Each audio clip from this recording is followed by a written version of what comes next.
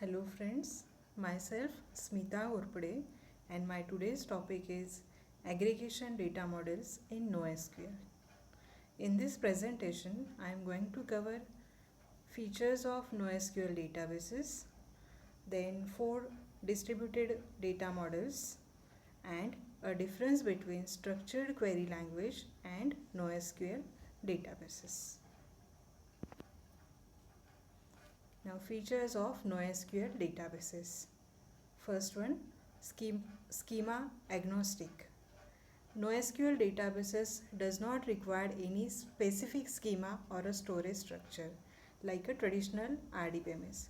In traditional RDBMS, we have to create a relation, then create a relationship among the tables. But here it is not such a requirement. There is no specific design for database. You can simply start coding the theme or your application. Later on, as per the requirement, you can customize the schema manually. Second feature is scalability. NoSQL databases scales horizontally. As data grows rapidly, certain commodity hardwares could be added and scalability features could be preserved for NoSQL database. Third important feature is performance. To increase the performance of NoSQL systems, one can add different commodity servers, then reliable and fast access for the data transfer with minimum overhead is possible, and we can easily have access to the data. Like this, performance could be increased for the system.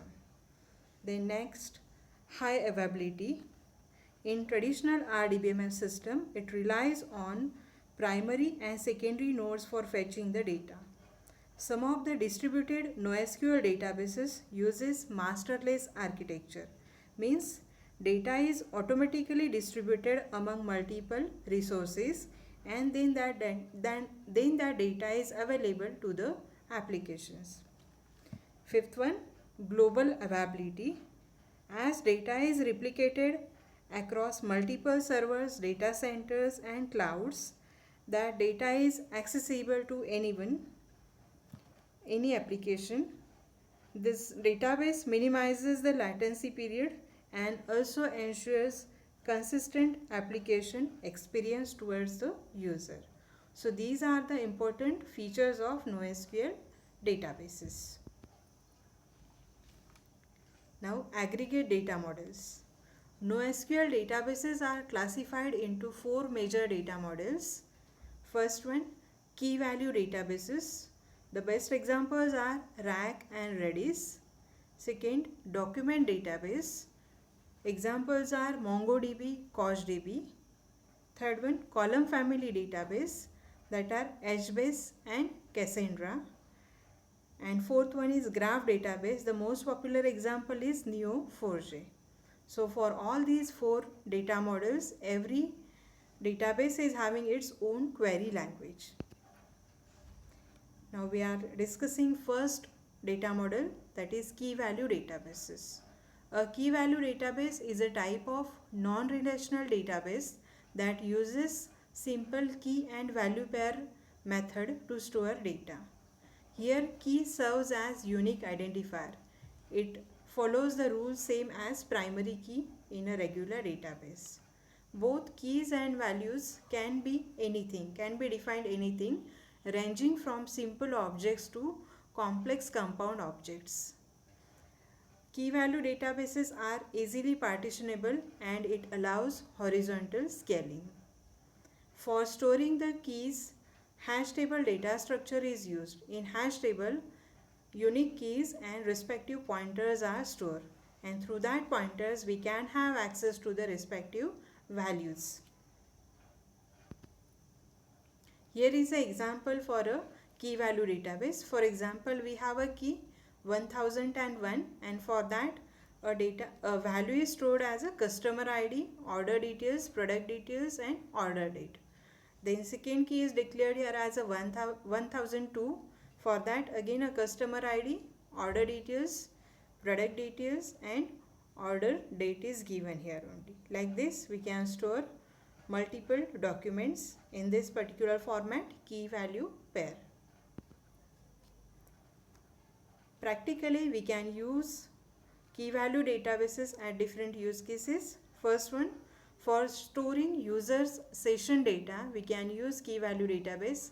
Then for maintaining user profiles, for storing user preferences, for storing shopping cart data, we can use key value databases.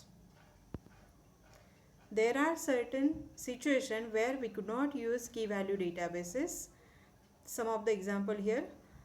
If we have to write a query for a database by specific data value, or we need relationship between the data values, or we need to operate on multiple unique keys, or our business needs updating some part of our data frequently, then in that case key value databases are not sufficient. In that case we need a traditional RDBMS system. Here are some popular key value databases that are Redis, Memcached and RAG. Second type of database is document database. In document database or document store, NoSQL databases are very similar to key value databases. But here the data is stored in the form of documents. The only difference between is in document database, the value contains a structured data or a semi-structured data. This structured or semi-structured values is referred to as a document. It is say as a document, and it can be in the form of XML, JSON or a BSON format. Here is an example for a document database.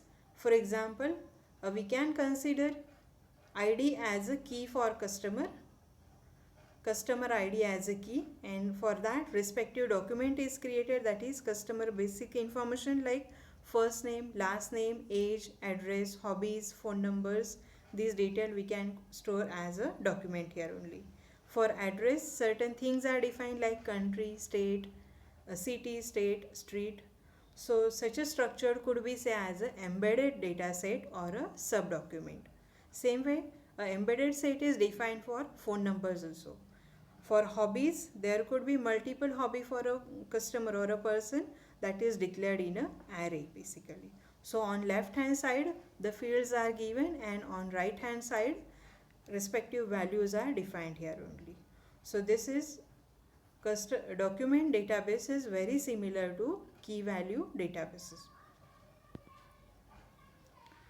Use cases for document databases. Preferably we can use document database in e-commerce application, in content management system, in analytics platform or a blogging platform. There are certain situations where we cannot use document databases. If there is a requirement for complex search queries or complex multiple operational transactions, in that case we could not use document database. Here are some popular document databases that are MongoDB, Apache, CouchDB. Third database is column family database. In column family database, data is divided as per the columns. In traditional RDBMS system, the data is stored as a row by row format. If we want to access particular field, then unnecessarily entire row is going to be retrieved in a RDBMS system. But here in column family we can have only access to particular column, and we can retrieve the data from that column only instead of retrieving entire row. So columns are logically grouped into column families.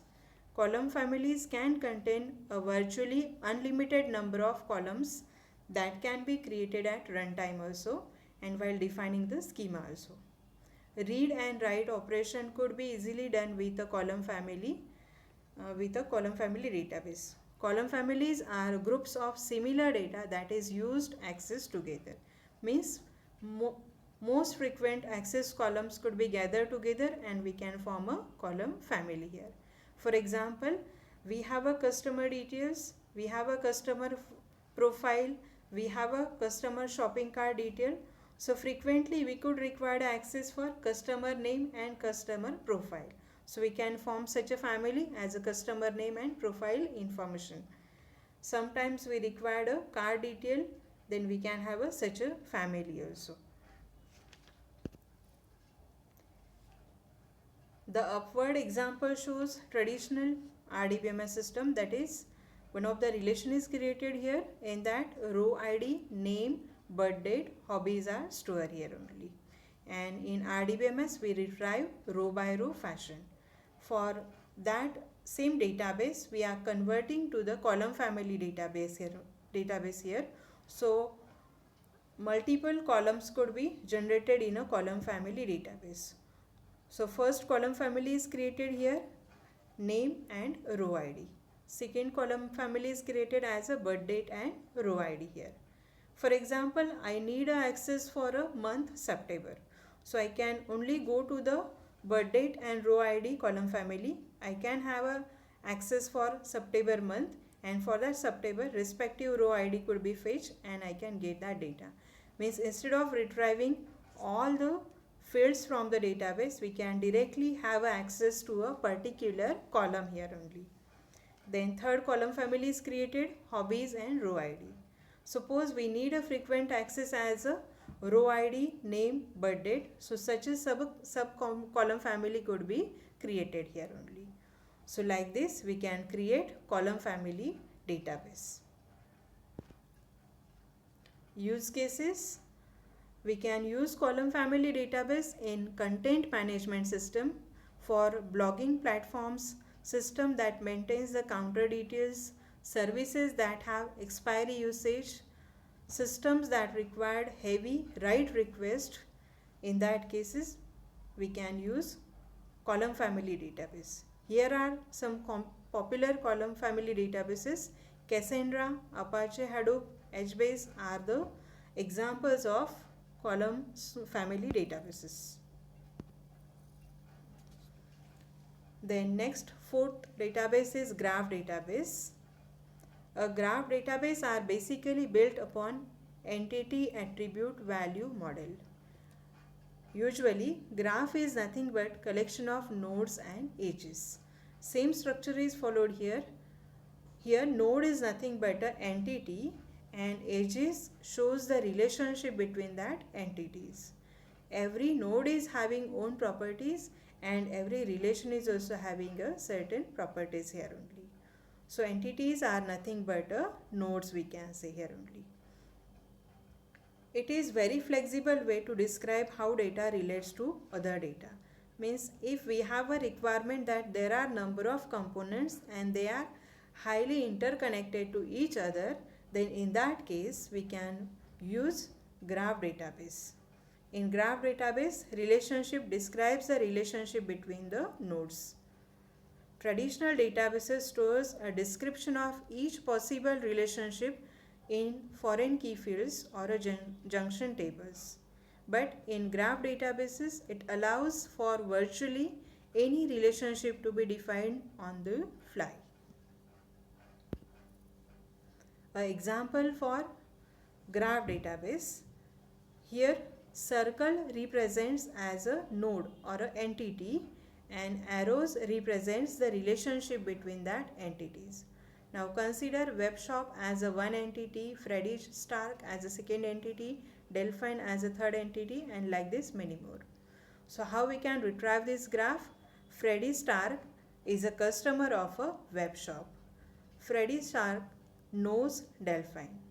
Delphine knows Freddy Stark. Freddy Stark likes archery. So web shop, Freddy Stark, Delphine, archery, Joe's, octopus, these are the entities or nodes present in this graph, and relationships are customer of, likes, knows, friend of. These are the relationship between these nodes here only. Use cases. We can use graph database in fraud detection. Then if there are number of connectivity between the elements, then we can use graph based search methods. Then network and IT operations. Then for social networking data we can use graph database. Popular graph databases are Neo4j, Arango, DB and Orient DB. So we have discussed here 4 types of aggregate data model. First one is key value data model, second one column family data model, third one document data model, and fourth one graph data model or graph databases. Now SQL, a difference between SQL databases and NoSQL databases. Example for SQL databases are Oracle, MySQL, PostgreSQL, SQLite. Examples for NoSQL databases are MongoDB, CouchDB, Neo4j, OrientDB, and many more. Storage model for SQL databases. SQL databases are stored in the form of rows and tables. NoSQL databases are stored as a key value or as a document format or as a nodes and their relationship format. Schemas. NoSQL databases have static schema, fixed schema here, and NoSQL databases are dynamic. There is no specific schema or a storage structure for NoSQL databases. Scaling. SQL databases scale up vertically or horizontally. NoSQL databases scales up only horizontally. Transactions. Yes, possible with SQL databases. Transactions could be done at certain levels in a NoSQL database. Data manipulation. Select, insert, update. Such a queries could be written with SQL databases. Data manipulation is done through object-oriented APIs in NoSQL databases. So, in this presentation, we have discussed about features of NoSQL databases, 4 aggregate data models, and difference between SQL database and NoSQL database. I hope this lecture will be beneficial for you. Thank you. Have a nice day.